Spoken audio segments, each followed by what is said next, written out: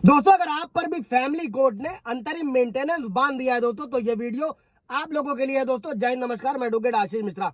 Like कर दीजिएगा, share कर दीजिएगा, सब्सक्राइब कर दीजिएगा ताकि इन्फॉर्मेशन और लोगों को मिल सके दोस्तों, और लोग भी इस वीडियो का फायदा उठा सके अपने केसेस में, जहां पर पत्नियों ने 498 दहेज और झूठे केसेस लगाकर अंतरिम मेंटेनेंस कोर्ट से बनवा लिया है दोस्तों। अभी हाल ही में पटना हाईकोर्ट ने एक फैमिली कोर्ट द्वारा सीआरपीसी की धारा 126 के सबसेक्शन 2 के तहत, दोस्तों इस पर पूरा ब्रीफ वीडियो है, आप जाकर देख सकते हैं सीआरपीसी 126 की धारा सबसेक्शन 2 क्या है। और इसी के तहत पत्नी के पक्ष में जारी जो एक पक्षीय भरण पोषण का आदेश था उसको खारिज कर दिया हाई कोर्ट ने दोस्तों। और इसमें यह स्पष्ट किया गया कि ऐसा आदेश जारी करने से पहले मजिस्ट्रेट को यह पुष्टि करनी चाहिए कि जिस व्यक्ति के खिलाफ भरण पोषण की मांग की जा रही है वो जानबूझकर सेवा से बच रहा है या कोर्ट में उपस्थित होने में लापरवाही बरत रहा है।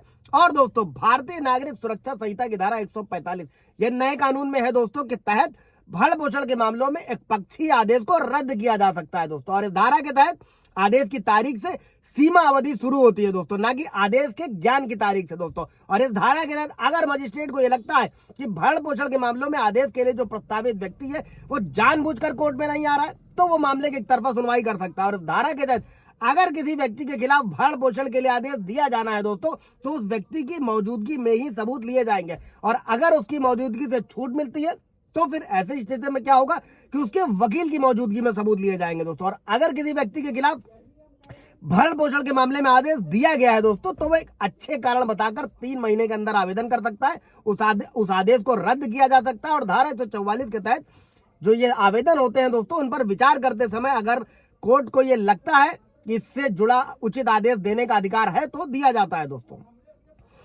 इसी के साथ दोस्तों इस धारा के तहत जो भी ऐसी सभी कार्रवाइयां हैं दोस्तों उसमें वो जो सारे एविडेंस होते हैं वो उसी व्यक्ति की उपस्थिति में लिए जाएंगे जिसके विरुद्ध भरण पोषण के भुगतान के लिए आदेश दिया जाना प्रस्तावित है दोस्तों। और या फिर जब उसको व्यक्तिगत उपस्थिति से अगर छूट दी गई है दोस्तों तो फिर उसके अधिवक्ता की उपस्थिति में लिए जाएंगे। और समन मामलों के लिए जो भी होगा वो निर्धारित तरीके से रिकॉर्ड किए जाएंगे, बशर्ते कि दोस्तों अगर मजिस्ट्रेट को यह विश्वास हो जाए कि वो व्यक्ति जिसके विरुद्ध भरण पोषण के लिए आदेश दिया जाना है दोस्तों वो जानबूझकर तामील से बच रहा है। इसलिए मैं कहता हूं कि हर डेट पर आप लोगों का जाना जरूरी है दोस्तों, अगर केस को जल्द से जल्द खत्म कराना है, ना तो दोनों पक्ष डेट लेते रहेंगे, आपका मुकदमा खिंचता रहेगा। अभी बढ़ते हैं वीडियो की तरफ। या फिर जानबूझकर कोर्ट में पेश नहीं हो रहा है दोस्तों तो क्या होगा, तो मजिस्ट्रेट मामले की एक पक्षीय सुनवाई या फिर निर्धारण कर सकेगा दोस्तों। और इस प्रकार दिया गया कोई भी आदेश उस तारीख से 3 महीने के भीतर किए गए आवेदन पर अच्छे कारण अगर बताए जाएंगे तो ऐसे नियमों के अधीन जो है दोस्तों जिसमें विरोधी पक्ष को लागत के लिए भुगतान के बारे में नियम भी शामिल है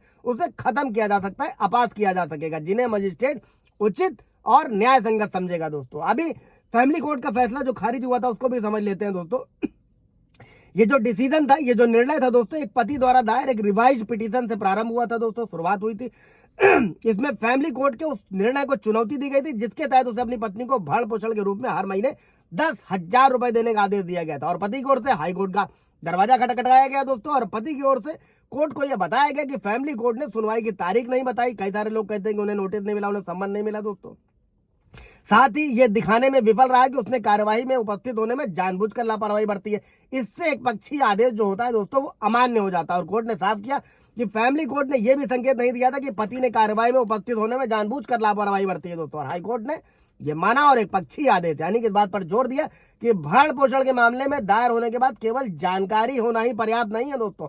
जो याचिका करता है को ट्रायल कोर्ट द्वारा जो डेट दी जाती है उन डेट्स के बारे में भी सूचित किया जाना चाहिए। और पटना हाईकोर्ट इस नतीजे पर पहुंचा दोस्तों कि फैमिली कोर्ट द्वारा जो जारी एक पक्षीय आदेश है वो अमान्य था और उसे खारिज कर दिया गया। कोई सवाल जवाब आप लोगों का होगा दोस्तों तो कमेंट में पूछेगा, आप अपॉइंटमेंट पर लेकर बात भी कर सकते हैं दोस्तों। Thank you.